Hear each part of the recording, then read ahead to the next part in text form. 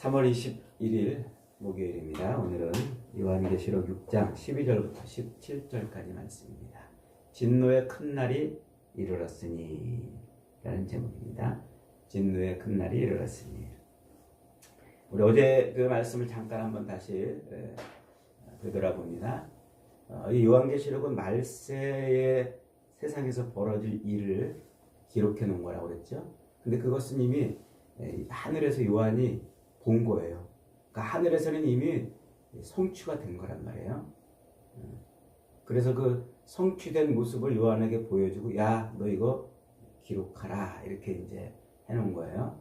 그래서 그 말세, 예수님의 초림으로부터 다시 오실 재림 때까지 이어지는 이 기간에 벌어질 그 일이 이제 이 땅에서 벌어질 일인데, 이게 이제 하늘에서는 이미 완성된 모습이라는 것을 우리가 알아야 돼요. 이제 그걸 이해해야 돼요. 이게 무슨 말이냐면, 이게 장차 하늘에서나 땅에서 되어질 일이 아니고, 하늘의 세계에서는 이미 완성이 된단 말이에요. 완성. 그리고 땅에서 이제 그 완성된 그 일이 땅에서 이제 이루어질 것을 말씀하고 있는 거예요. 이 구조를 우리가 이해하면 계시록을 이해하는데 어렵지 않아요. 이게 이제 우리가 예수 그리스도를 나의 구주로 아멘하고 믿으면 우리는 이미 구원을 받았다 그래야 되나요? 저와 여러분은 예수님을 믿는 순간 이미 하나님의 백성이 된 줄로 믿습니다. 구원을 받았어요.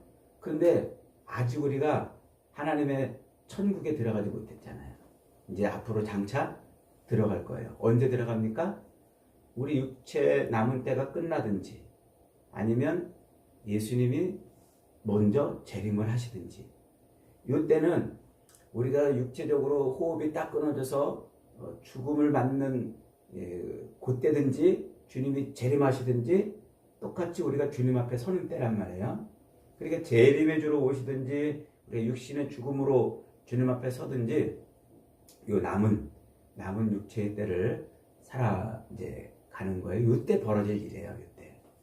그러면 왜 하나님께서는 우리를 예수를 딱 믿으면 홀랑 그냥 바로 천국으로 우리를 데려가지 않으시고 왜 육체의 남은 때를 살게 하시는가? 이게 중요하다고 그랬죠. 요 육체의 남은 때를 살게 하시는 이유는 두 가지 이유 때문에 그랬어요. 하나는 이 땅에 육체의 남은 때를 살고 있는 인생들이 누가 알곡인지 누가 쭉정인지를 골라내는 때예요. 이게. 그래서 말세는 추수다 이런 은유를 쓴다고 그랬죠.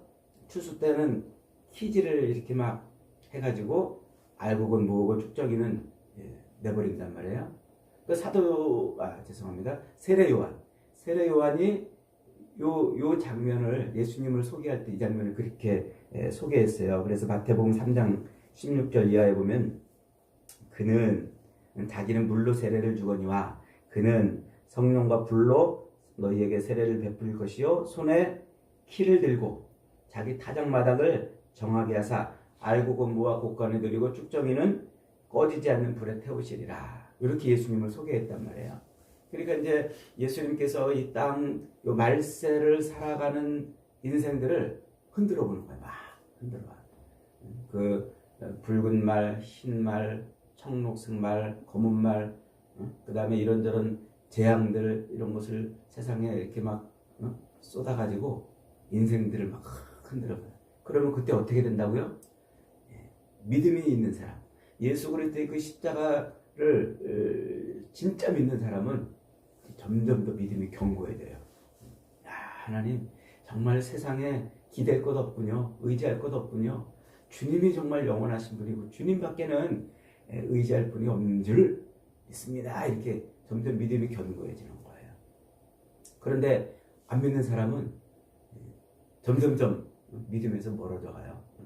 그러니까 그 알곡과 쭉정이를 골라내는 이게 말세 시간이란 말이에요. 이제 두 번째로는 이제 믿음의 사람들, 우리 믿음의 사람들이 온전한 예배자로 변하는 시간이에요. 우리가 육체의 호흡이 끊어져서 천국에 가면은 우리는 뭐 하는 사람이라고 그랬죠? 예배하는 사람. 가서 천국 가면 우리는 하나님을 예배할 것밖에 없어요. 거기 가서 무슨 이제 뭐 장사하고 또 가게 차리고 뭐 사업하고 먹고 살기 위해서 뭐 돈 벌기 위해서 그러지 않아요. 거기는 이제 눈물도 없고 슬픔도 없고 고통도 없는 그야말로 하나님의 완전하심 속에서 하나님만 예배하는 삶을 살아요. 그런데 이 땅에서 예배를 못 배우고 가면은 갈 수도 없거니와 예배할 수가 없어요. 이 땅에서 우리는 이렇게 매주일 모여서 자꾸 예배를 연습하는 거예요. 우리가 예배를 여기서 이렇게 예배를 할 때 그 예배의 핵심이 뭐예요? 하나님의 그 위대하심, 하나님의 그 사랑, 그런 것들 때문에 예배하잖아요.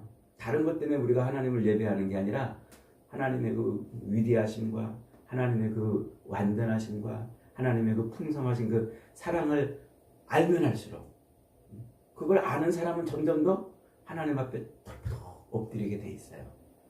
그래서 그걸 육체의 남은 기간 동안에 그걸 자꾸 배우는 거예요. 그래서 우리가 이 교회 생활을 통해서 그걸 못 배우면 안 돼요. 그러니까 자꾸 예배를 하는 걸 배워야 돼요. 그러다 보면 성경을 읽어야 하나님을 알잖아요. 성경을 읽어야 그분이 우리에게 베푸신 사랑이 무언지 그 크신 하나님의 사랑 찬송을 맨날 그러는데 실제로 아무것도 얼마나 하나님의 사랑이 큰지를 모르니까 예배가 안 되는 거예요. 이게 이제 이 남은 때 이때 자꾸 이런 것들을 배우고 훈련하고 그래서 그리스도의 장성한 분량이 충만한 데까지 올라가는 거예요. 하나님 앞에 완전히 복종하고 예배하는 그게 그리스도의 장성한 분량이에요. 그러니까 예수님이 하나님이신데 하나님의 본체를 가지고 계신 분인데 그분이 이 땅에 육신을 입고 내려오셨잖아요. 왜 그랬어요? 아버지 하나님의 그 뜻을 이루려고 철저한 순종을 한 거란 말이에요. 아버지 하나님, 아버지 하나님의 그 뜻에 100% 순종하기 위해서 자기가 피조물이 된 거예요. 이게 여러분 집에서 키우는 그 개, 강아지, 고양이 막 이뻐하고 그러잖아요. 근데 여러분한테 그 강아지가 아프다고, 그 고양이가 아프다고 당신이 그 개가 되면 그 개가 돼서 그 개랑 사랑을 나누면 그 개가 낫을 겁니다. 그 고양이 아픈데 그 고양이가 돼가지고 당신이 그 고양이랑 사랑을 나누면 그 고양이가 낫을 겁니다. 그러면 우리 에스더 집사님 고양이 될 수 있어요? 성은이한테 물어보세요. 너 그렇게 할 수 있냐 그러면 기겁을 할 거래요. 못해요. 이게 자신이 만든 그 피조물을 위해서 피조물이 된다는 것은 불가능한 일이에요. 주님은 그걸 하셨어요. 뭐 때문에?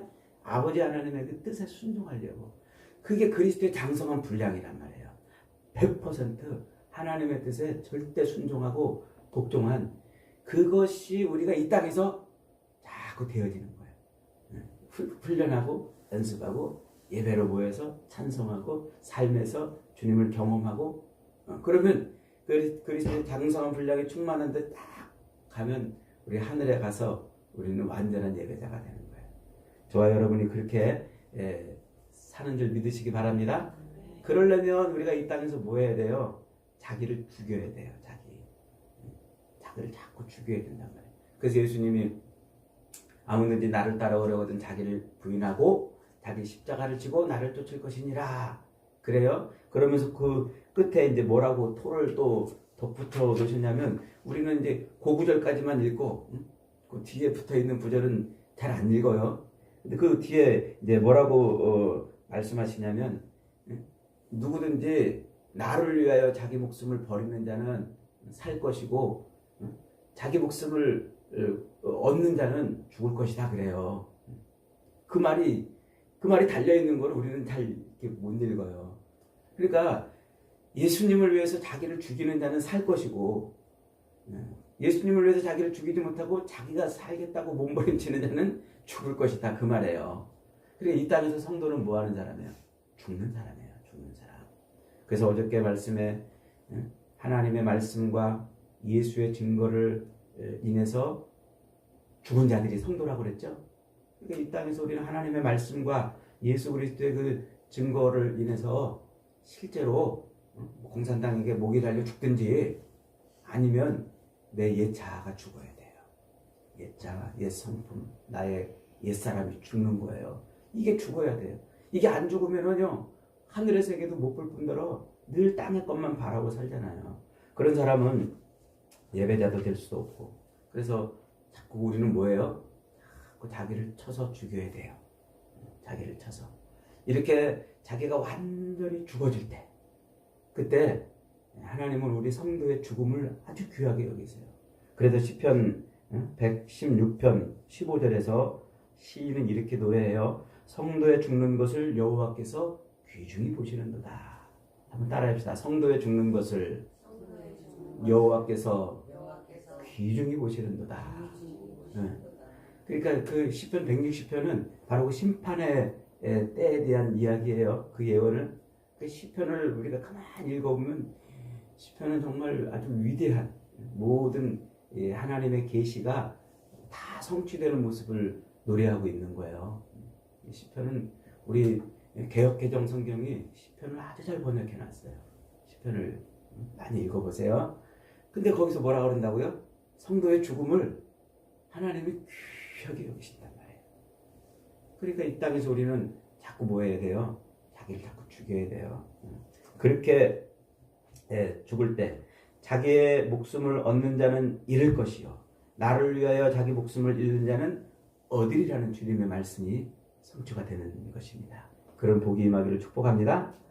오늘 이제 오늘 말씀은 여섯 번째 인이 떨어질 때 나타나는 일이에요. 여섯 번째 인.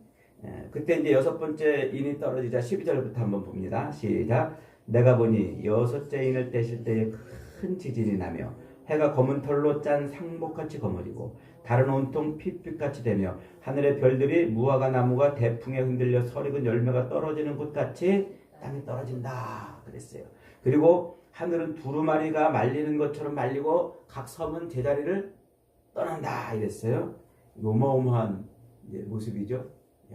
그래서 그 세대주의자들은 뭐라고 말하냐면 성경은 문자적으로 해석해야 된다 이렇게 주장을 해요. 그러면서 이제 계시록도 문자적으로 이해해야 된다고 그러고 그러는데 문자적으로 그러면 진짜 해가 까매져야 되잖아요. 그리고 별이 막 땅에 떨어져야 되잖아요.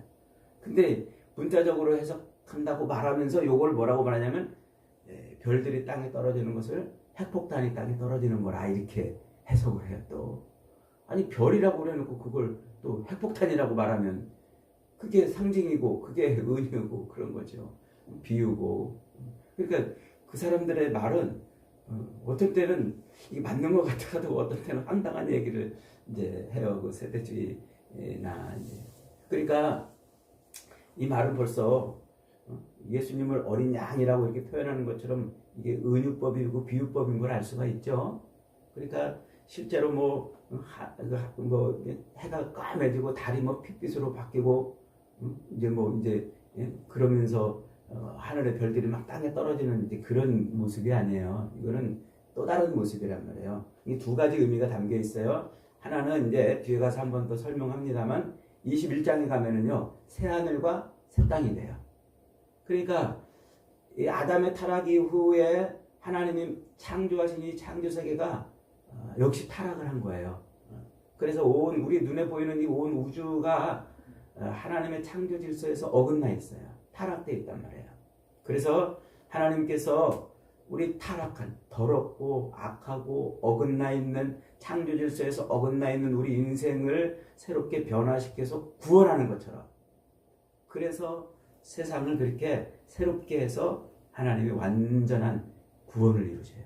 그러니까 구원은 하나님의 이 완전한 구원은 우리 인생만 변화되는 게 아니에요. 온 우주 만물이 다 변하는 거예요. 온 우주 만물이. 그래서 이제 세상 모든 질서들이 제자리를 찾고 그게 새 하늘과 새 땅이 되는 거예요. 그러니까 이전 것은 완전히 다 지나가는 그런 모습을 지금 예언을 하고 있는 거예요. 그러면서 이제 동시에 이제 이 말은 또 다른 의미를 가지고 있는데, 제가 이제 원고에 자세히 적어놨습니다만은 시간 관계상 다 성경 구절을 읽지는 않겠습니다만은 이사야 13장 또 34장 또 요엘서, 에스겔서 이런 데서 똑같은 용어를 써요. 지금 여기 6번째 인이 떨어질 때 뭐 하늘이 검해지고 해가 검해지고 달이 핏빛을 내고 별들이 떨어지는 요 단어들을 똑같이 써가지고 이사야나 요엘서나 또 에스겔이나 마지막 예언을 그렇게 한단 말이에요. 그런데 이제 요엘서 2장 31절 32절만 제가 한번 읽어봅니다. 여호와의 크고 두려운 날에 이르기 전에 해가 어두워지고 달이 핏빛같이 변하려니와 누구든지 여호와의 이름을 부르는 자는 구원을 얻으리라. 그러니까 해가 어두워지고 달이 핏빛같이 변하는, 이게 이미 다 예언서에서 예언되어 있는 여호와의 마지막 날이란 말이에요. 진노의 그날. 에스겔서도 한번 보겠습니다. 32장 7절에 보면 내가 너를 불 끄듯 할 때에 하늘을 가리워 별들로 어둡게 하며 해를 구름으로 가리며 달로 빛을 발하게 못할 것이며 하늘의 모든 밝은 빛이 내가 네 위에 어둡게 하여 어둠이 땅을 덮으리라. 이렇게 이제 표현한단 말이죠. 그러니까 이 표현들이 이제 뭐냐면 요런 그 예언들이 언제 나오는 거냐면 이사야는 바벨론을 심판하실 때 표현하는 표현이에요. 그러니까 이사야서는 언제적 사람이냐면 BC 한 720여 년 전부터 활동한 사람이에요. 근데 그때는 바벨론이 아직 등장하기 전이에요. 바벨론이 저 구탱이 어딘가 조그만 나라로 이제 있을 때예요. 그때 히스기야 선지자가 병이 아파서 나섰는데 그때 이제 그 소식을 듣고 사신을 보내가지고 이렇게 이제 인사를 오던 조그만 나라인데 그 바벨론을 멸망시키겠다고 예언을 하는 거예요. 그러니까 앞으로 120년, 130년 뒤에나 있을 그런 일을 지금 예언하면서 이 표현을 쓰고 있는 거예요. 그 다음에 이제 또 에스겔서나 이런 데는 애굽을 심판하신다는 말씀을 그렇게 하시고 또 요엘서는 열국을 심판하시는 그런 이야기들을 하시는 거예요. 그러니까 그 마지막 때 하나님을 대적하고 하나님의 백성들을 짓밟는 그 세력을 심판하시겠다는 예언이에요. 그것들이. 그게 어디서 완성이 돼요? 그 요한계시록에서 완성이 돼요. 그래서 요한계시록 20장 가면은요, 이렇게 이제 이런 표현이 나오는데, 그 18장부터 이제 바벨론을 하나님이 이제 예수님이 이제 완전히 진멸을 시키는 장면이 나와요. 18장, 19장, 20장으로 넘어오면서 이제 그 마귀, 옛뱀, 바벨론을 진멸하죠. 그러면서 이제 20장 10절에 이렇게 말해요. 또 그들을 미혹하는 하나님의 백성들이에요. 그들을 미혹하는 마귀가 불과 유황못에 던져지니 거기는 그 짐승과 거짓 선지자도 있어 세세토록 밤낮 괴로움을 받으리라. 또 내가 크고 흰 보좌와 그 위에 앉으신 이를 보니 땅과 하늘이 그 앞에서 피하여 간데없더라. 이런 표현이 나와요. 거기서 오늘 본문에서 하늘이 두루마리처럼 말려 올라가고 각 섬과 산이 자리를 옮겼다. 요 표현이 그 땅과 하늘이 간데없이 사라져버렸다. 요 표현이에요. 그러니까 여섯째 인을 뗄 때 나타나는 이 현상은 구약에서 뭐 때문에 예언되었냐면 하나님을 대적하고 하나님의 백성들을 짓밟는 자들을 하나님이 완전히 멸하실 것을 예언하시면서 준 거예요. 그걸 지금 요한계시록에 쓱 갖다가 쓰고 있는 거예요. 그러면서 하나님을 대적하고 하나님을 짓밟는 모든 세력을 하나님이 완전히 멸하실 것이다. 지금 그 얘기를 하고 있는 거예요. 그러니까 여섯 번째 인이 떨어지면 세상에 뭐가 온다는 거예요? 종말이 온다는 거예요. 그러니까 종말이 안 올 것이라고 생각하지 말아라. 우리는 그런 생각 많이 하잖아요. 아이고, 종말이 오겠어? 그 세상 사람들도 종말 올 거라고 생각하는 사람들 많지 않아요. 뭐 말세다 뭐 세상 말세야. 뭐 사람들 뭐 자식들 말 안 듣고 저렇게 이상하게 하고 다니면 세상 말세야 뭐 이렇게 말하지만 종말이 올 거라고 생각하는 사람은 많지 않단 말이죠. 자, 그러니까 이게 지금 무엇을 얘기하냐면 이 땅에 반드시 뭐는 온다? 마지막 종말이 온다는 거예요. 그 마지막 종말이 오는데 그 종말 때에는 어떤 일이 벌어질 거라? 우리가 믿던 그 모든 진리들, 우리가 의지하던 그 모든 것들이 다 무너지고 사라져 버리는 거예요. 무너지고. 하나님의 심판이 임할 때 세상의 모든 인생이 의지하는 그 모든 것들이 다 뭐한다? 허망하게 다 무너질 거란 말이에요. 여러분, 해가 까매지고 달이 빨갛게 되고 누가 그렇게 생각하겠어요? 또 별들이 막 땅에 떨어지는 일들이 어디 있어요? 그런 일들이 벌어지겠습니까? 그런데 그것처럼 영원히 그 자리에 그대로 있고 영원히 변하지 않을 것 같은 그 모든 것들이 어떻게 된단 말이에요? 그것들이 다 무너질 날이 온단 말이에요. 그것들이 전부 다 뭐 한단 말이에요? 우리가 의지하고 우리가 진리라고 믿었던 그 모든 것들이 다 변한단 말이에요. 그래서 우리가 이 땅에서 의지하고 있는, 이 땅에서 기대고 있는 그 모든 것이 아무것도 아닌 허망한 것이라는 것을 알아라는 말씀이에요. 알아라. 여러분, 우리가 진리라고 믿고 있는 이 세상에 많은 것들이 얼마나 많아요. 옛날에는 지구가 평평하다고 믿었어요. 이게 진리라고 믿었어요, 사람들이. 그래서 갈릴레이가 요 지구가 둥글다 이렇게 말하니까 잡아다가 죽이려고 그랬어요. 그 비진리를 선포한다고 말이죠. 그런 시대가 있어요. 그러니까 사람들이 진리라고 여겼던 그 모든 것들이 전부 뭐 하는 거예요? 사실은 진리가 아닌 거예요. 여러분, 우리가 이 땅에서 의지하고 있는 이 모든 것들이 한순간에 무너질 날이 온다는 것을 잊어버리면 안 된다는 거예요. 우리가 이 땅에서 사람들이 다 속고 있어요. 제가 얼마 전에도 장례식장 갔다 왔어요. 영정 앞에 이렇게 딱 서 있는데 영정 앞에 서가지고 죽은 사람, 저 사람 죽었다 그러고 내가 그 앞에 서 있는데 그 앞에 서서도 우리는 뭘 못 봐요. 나도 저렇게 죽을 날이 올 것이다. 이걸 못 봐요. 그렇게 생각하는 사람 없어요. 없다고요. 그냥 죽었다고 그러니까 가서 그냥 거기에 가서 이렇게 영정 앞에 서 있다 한번 오는 게 그게 전부예요. 그 속에 가서 나도 정말 저런 날이 오겠구나. 그걸 생각하는 사람이 별로 없어요. 그러니까 우리가 알고 있는 이 모든 것들이 순식간에 무너져 내린다는 것을 우리는 지금 뭐하고 살아야 돼요? 잊어버리지 말고 살아란 말이에요. 잊어버리지 말고.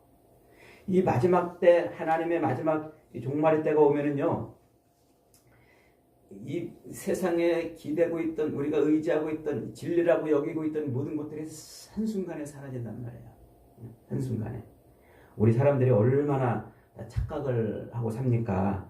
수많은 영정 앞에서 죽음을 보면서도 나는 나도 그렇게 죽는다는 것을 생각지도 못하는 것처럼 말이죠.